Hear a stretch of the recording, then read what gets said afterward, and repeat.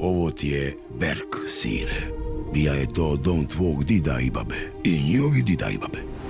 Al tamo daleko, na kraj svita, nalazi se dom zmajeva. I vjerujem da je tebi sudba naminila da jednog dana nađeš taj skriveni svit. Tebi je jasno da to nije igračka, jel? To ti hoćeš? Hvataj! I kako bih ja sad trebao točno sići? Ej, kompa, čekaj!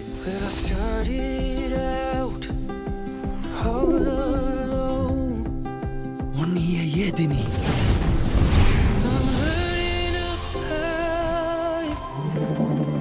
Još jedan noćni bijes. Prije kao bijeli Svijetli bijes. Da, tvoje ime je valjda bolje.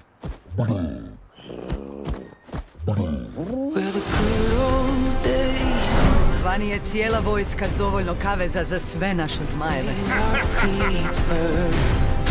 Ovo je nova vrsta neprijatelja. Moramo pronaći skriveni svijet. Onda ću uništiti sve što voliš. Bezubice! Ne! Bez tog zmaja ti si nula. Ako Grimel uspije, neće više biti zmajeva na svijetu. I na nama je da to spriječimo. Onda? Što ćeš poduzeti? U punu spremnu! Imamo samo jednu šansu. Doveo si bebu u bitku. Nisam našao dadilju.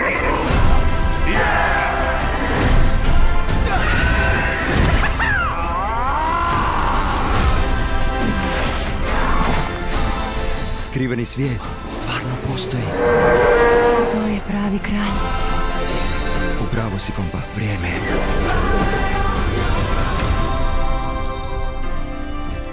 Vidi ko nam je to!